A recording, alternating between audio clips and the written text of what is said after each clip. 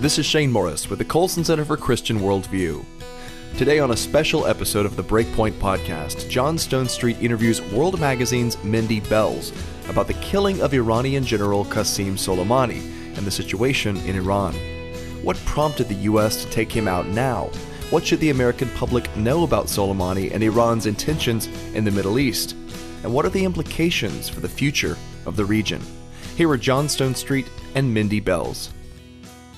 Well, welcome to the BreakPoint podcast. I'm inviting back on someone who has become quite a familiar face in recent weeks. Our friend Mindy Belz, senior editor at World Magazine and World News Group. Mindy, a whole lot is going on in the Middle East, and that's your specialty. And I called you frantically last minute saying, hey, let's have a conversation about all of these breaking news items, and really grateful to have you back again on the BreakPoint podcast. Yes. Happy New Year, and here we go. Happy New Year, and off we go. I mean, listen, I don't think the ticker tape in New York City has even been cleaned up yet, and here we have an incredible developing story. And really, to be fair, it's a story that has been developing for months, and we saw escalation over the holidays, which is this escalation between the United States and Iran, culminating in an announcement Thursday night that really, I guess, the top military figure in Iran, the leader of the Islamic Revolutionary Guard's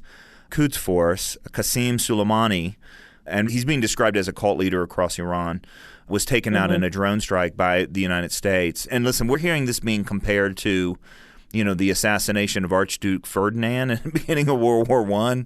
We're hearing it called an assassination. Folks like David French have been very careful to talk about, no, listen, this is happening in a military theater. It's very important that it was taken out in Iraq. A whole lot of details, right. And I'm so grateful you can help us kind of walk through it all. So first of all, Mindy, who is Hasem Soleimani? Hasem Soleimani has been the commander of the Quds Force, which is the elite unit of Iran's Revolutionary Guards. And so if you want to think about that, think about like the CIA and all of our special forces combined. That's the kind of elite unit that we're talking about. He was tapped to lead that force, I believe, in the late 80s to early 90s, right after the Iran-Iraq War, when his predecessor was gunned down in Damascus.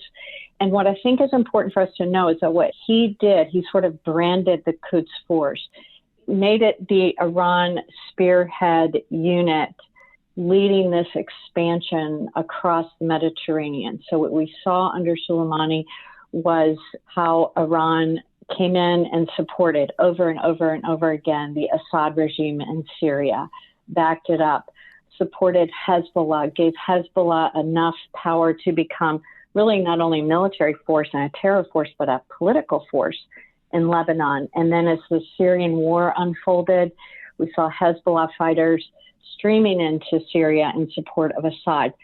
This was all the work of Soleimani.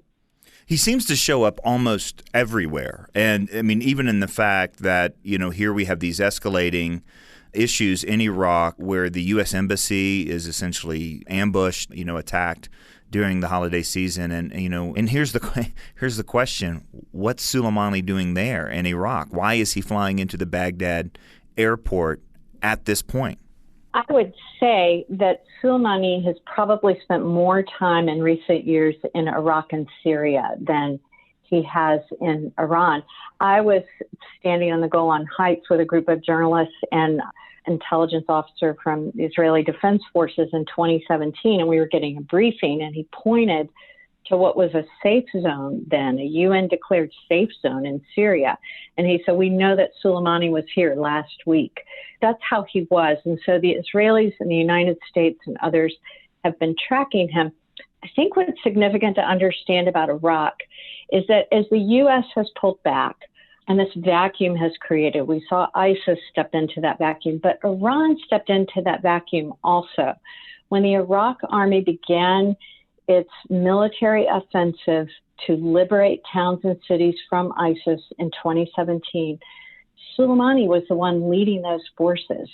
The Iranians brought in these militias who were supporting the Iraq government, and the Iraq government was at the same time allied with the United States. So we've had this tension building where the United States is trying to support Iraq, but we also are trying to pull back, and where the Iranians are stepping in, led by Soleimani, every step of the way to try to fill that vacuum. And that's the tension that we saw escalate until we saw fire coming from the U.S. Embassy on New Year's Eve. Why is the thought there that Iran was behind those attacks on the embassy as well? I think it was pretty clear based on the statements that were put out by the Pentagon and the Secretary of Defense, Esper, that day and the day following. We were getting from journalists, clips, and from others, pretty decent video clips of this group that, first of all, penetrated into the green zone, what's now called the international zone, and then began to penetrate the outer wall of this vast compound that encompasses the U.S. Embassy inside that zone. When they did that, we were getting up-close video images, and we're able to see the clerics who were leading it and the people who were leading it. And Esper was pretty quick to say, we've identified some of these people. We know that they are affiliated with Iran, that they're part of these militias that have been attacking U.S. bases. And I have to just kind of take a commercial break here, John, and say that we in the United States for the last few months have been consumed with impeachment hearings and things related to that. The Middle East has been kind of exploding. We've seen unprecedented marches across Lebanon, Iraq, and Iran. All of them have been focused on a growing street frustration with what Soleimani represented. And what happened was Soleimani began to direct, I think, a counteroffensive that included these Iranian-linked clerics and militia types who penetrated the American compound. The United States saw that as something of a red line. I think that there was a message that they received on New Year's Eve when they saw flames coming up from the American embassy, that this was going too far and that American lives were now at stake in this kind of run-up. My guest today on the BreakPoint podcast is Mindy Belz. She's giving us some context for all of the breaking news over the last several days in the escalating tensions between Iran and the U.S. And Mindy, since you mentioned a commercial break, can I just stop real quick and say, if you need any other reason to subscribe to World Magazine than all of the incredible context that you've just been hearing here in the first 8 minutes of this podcast, I don't know how else to convince you. Subscribe to World Magazine. And here's the special offer that the Colson Center has right now in our ongoing partnership with the World News Group, which is any gift over $25 during the month of January will earn you a free subscription to World Magazine for the year that you can use for yourself, or if you already get World, you can gift it to someone else. And you can find out more information on that at breakpoint.org. Okay, that's my commercial break. Back to this context because it's so helpful. Mindy, I want to read to you a tweet from Nancy Pelosi. All right. How's that for a setup? Here's what she wrote, here on Friday morning. American leaders' highest priority is to protect American lives and interest. We cannot put the lives of American service members, diplomats, and others further at risk by engaging in provocative and disproportionate actions. Now, there's so much loaded into that, and I want to look at both sides of it. It's clear that the decision to take out Soleimani with this drone strike is an escalation, right? I mean, there's no one's questioning that. When it's been compared, to the assassination of Archduke Ferdinand that launched World War I, is this the thing that's going to launch World War III?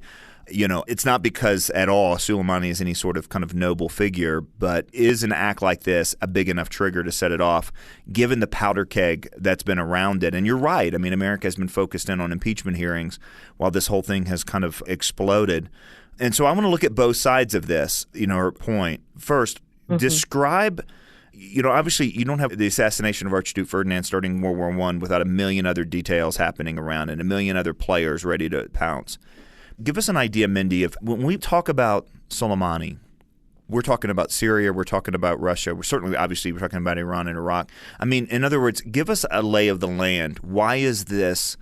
And I know for you, this is what you've kind of lived and breathed. But again, a lot of Americans are probably like, who is this guy? And why is this such a big deal? So can you kind of give us a picture when, Speaker Pelosi says this is a big deal? That's the thing that everybody agrees with. Why is it such a big deal? Well, a couple of things in just looking at the political situation and maybe the geopolitical situation. First, on the politics, what Pelosi is saying dovetails with Elizabeth Warren, who called it a reckless move. Joe Biden called it something equivalent to tossing a stick of dynamite into the region.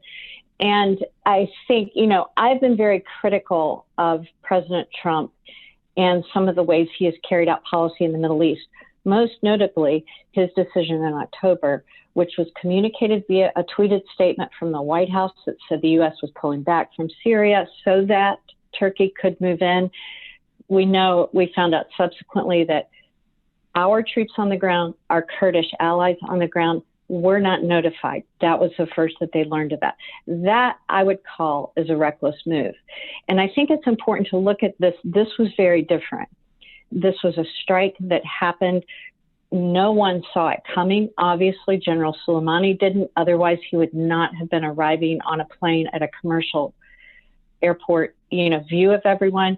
The U.S. clearly coordinated because we would not have dropped bombs on the road leading outside of that airport, killed him and his top people without a very coordinated attack. It was immediately followed by a statement from the Pentagon explaining why in very clear terms. So I think reckless move is inaccurate. But as you say, when we get to the geopolitics, this is a tinderbox. And Joe Biden could be right. We may have just tossed a stick of dynamite in there. I think, though, that we should also listen to some other experts and some people, the case that's being made by this administration, that this is perhaps a punctuation. This is perhaps the United States saying, we're putting an end to this chapter. This person was an instigator of state-sponsored terrorism. The State Department has documented more than 600 Americans who have died as a result of his actions. This is a person who was clearly at the forefront of spreading Iranian influence, which includes radical Islam and terrorist tactics and nuclear armaments. This was the person who was at the lead of spreading that across the region through Iraq to Syria to the Mediterranean. And so I think that there's a case to be made for let's put a stop to this. And it's something that neither the Obama administration nor the Bush administration seem to have, seized upon the opportunity to take on.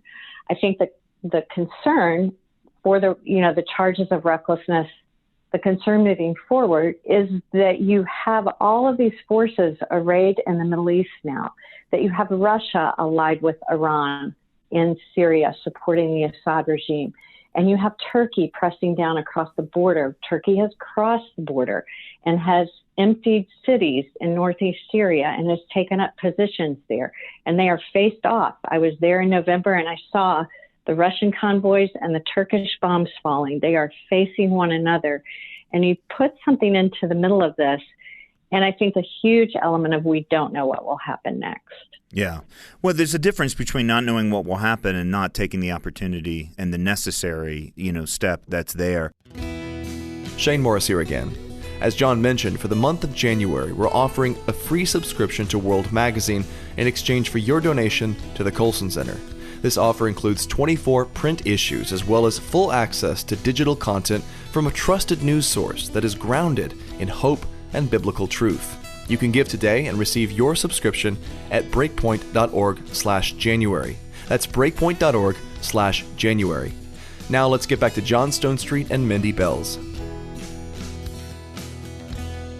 I appreciated, this clarification. David French offered who's, oftentimes a very severe critic of the president, but his take on why this is not, an assassination. He says this: it's important that Soleimani was killed in Iraq because American troops are lawfully in Iraq by congressional authorization with the permission of the Iraqi government. They were reintroduced to Iraq by the Obama administration. This is Obama's deployment as much as Trump's. It's proper then, it's proper now. Iranian-backed militias attacked U.S. troops lawfully present in a combat zone under valid legal authorities. So America's military response isn't limited to immediate self-defense. It can act to remove the threat. The true act of war was Iran's by putting one of its commanders, boots on the ground in Iraq, to assist in planning and directing attacks on U.S. forces. And not to mention what we already know, Soleimani was an evil, evil man. I want to get into that in just a second. But, that's something I think that's very important, is that this took place in Iraq. Iraq has been We have troops there deployed, and we're there by permission of the Iraqi government. And here you have this hostile player who's been orchestrating things like this for really decades now, kind of walking around in the middle of escalated tensions. I mean, that's not a random assassination attempt, is it? I believe that's right. And I believe one thing that we should be watching, that so often Americans, we do these things episodically. We have a short attention span. It's really important to be watching the response in the street. And in Baghdad, for instance, at 4 a.m. today, you had people out in the street celebrating General Soleimani's death. And I think that's significant. The other thing that we need to be paying attention to, and that we want to pay a lot of attention to, is that the United States have put sanctions on Soleimani's Quds force starting back in late spring and into the summer, just increasingly tightened sanctions. The Trump administration called them maximum pressure, designed to limit the activities of the Quds force and militias that was sponsoring in Iraq. Those militias have been occupying Nineveh Plain and areas around where they moved in when ISIS moved out or was driven out. And they have effectively been blocking Christians and Yazidis from returning to their homes. And that's something that we just haven't seen a lot of coverage of that. And I think it's going to be really important to see what happens to those cities and towns. This would be around Mosul and the town of Kirkush, places that you and I have talked about. If those militias suddenly dismantle, if the Iraq army is able to move in, or there are Christian militias and local militias that can move in and more properly secure those places and allow more people to return home. This could be a huge development, in other words, for the persecuted Christians, the persecuted Yazidis in these places, and it could even be a very positive thing. We talked about the embassy incidents over the holiday season, over New Year's, but we also have the Iranian attack on Saudi oil fields. We also have this, the Iranians taking credit for shooting down a U.S. drone. We also have, certainly Pompeo and others are saying, not only Pompeo, but many people in the administration now are, talking about how, Soleimani is responsible for the deaths of thousands of Americans. What's the track record here? Because, I think we're kind of tempted to see this as just kind of a one-off event, and sudden escalation is kind of how it's being described. But there's a whole track record here. We saw, I think particularly if you just look over the past year, we saw just a growing sort of open hostility. And you saw, particularly if you remember, that the Iranians took hostage a British oil tanker in the Gulf of Oman, I believe it was, right there, the Straits of Hormuz, that whole area. We saw in June 2 oil tankers attacked. There were incidents in May. We just have seen these growing incidents throughout the year. And then multiple shoot downs as well that, again, we were always tying them back to Iran. Iran was always denying them. But I think the intelligence on this is pretty clear that Iran was behind these things. And there's just this long track record of Iran as a state sponsor of terrorism. And I think the United States has, fought these long terror wars, gone after Osama bin Laden, gone after Abu Bakr al-Baghdadi, but we have not gone against the state sponsors who have to be behind some of these groups. I'm not necessarily saying those leaders, but there's a lot of evidence that Iran has been pushing numerous terror groups, and we just simply have not gone after them in the way that the Trump administration is doing now. And part of the reason is the risk that's involved. And that is that we don't know if what we will see in the coming weeks is an escalation of attacks on oil tankers or a shutting down of the Straits of Hormuz. Those of us who were around in the 1970s remember the long gas lines that came because the Ayatollahs came into power and then throttled down the oil supply. These are things that are certainly possibilities, but I think the Trump administration is hoping that the Iranian regime is weakened enough. The Ayatollahs are old. The commanders are old. We're talking about military commanders in their 60s and beyond. And sanctions have had a tremendous effect on the Iran economy. And I think that they're hoping that this might be the moment to strike. We'll see.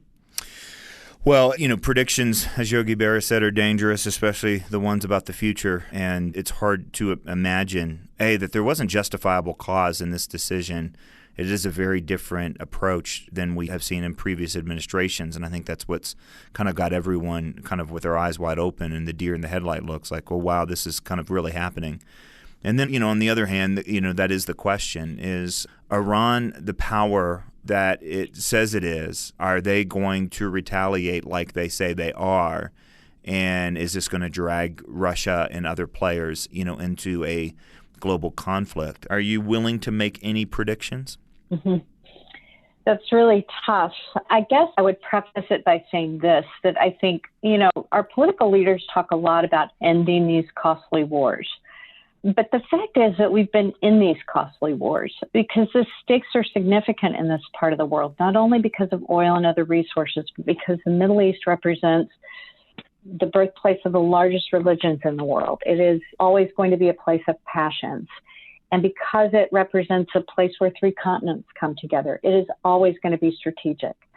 And so I think that I always feel like Americans have to get past this idea of ending costly wars and saying, what is the cost and what is the benefit?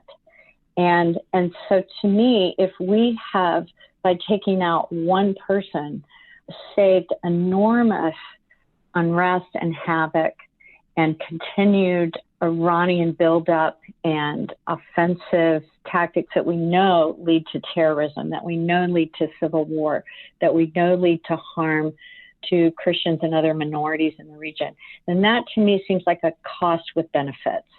And I think what we want to try to do is think the American people are smart enough to see when a move is strategic and has good benefits for us. What we don't want is just this endless ticking of fighting terrorists and then watching them come back. So I think this is a decisive move, and I hope that moving forward, we will see that it makes a decided change. How's that for a vague prediction? Well, it's as good as any, I think, and that would be the kind of the hopeful response. And I mean, how long have we kind of appeased Iran? How long have we, not basically communicated at any level, hey, we mean business, and say what you want about this president and his decisions. And you and I have talked about some of his other foreign policy decisions critically. This is a decisive move. This is a move that clearly sends a message, and it's a hard thing to celebrate. I mean, if the Lord doesn't rejoice in the death of the wicked, neither should we. And yet at the same time, right, the world we live in is a complicated place, and the Middle East in particular. So, Mindy, it's always great to have you on the BreakPoint podcast. I'm really grateful for the chance for you to just bring some clarity to the context surrounding so many different incidents that we see from a long way away and don't always know about. And this has been a really helpful, I think, conversation about who General Soleimani was and kind of what all of this means. And we'll continue to watch and see what happens. But again, Mindy Belz has been my guest today. She is the senior editor at World Magazine. Also the article of a terrific book, They Say We're Infidels. Make sure you pick that up. Mindy, it's great to have you on the BreakPoint podcast. Great to be with you, John. Thank you so much. Thanks for listening to the BreakPoint podcast. Again, to get your subscription to World Magazine with your next gift to BreakPoint and the Colson Center, go to breakpoint.org/January. And join us again Wednesday on the BreakPoint podcast when John will discuss the events in Iraq and Iran in light of the Christian just war theory. His guest will be scholar J. Darrell Charles, author of America's Wars and the Just War Tradition. For the Colson Center, I'm Shane Morris.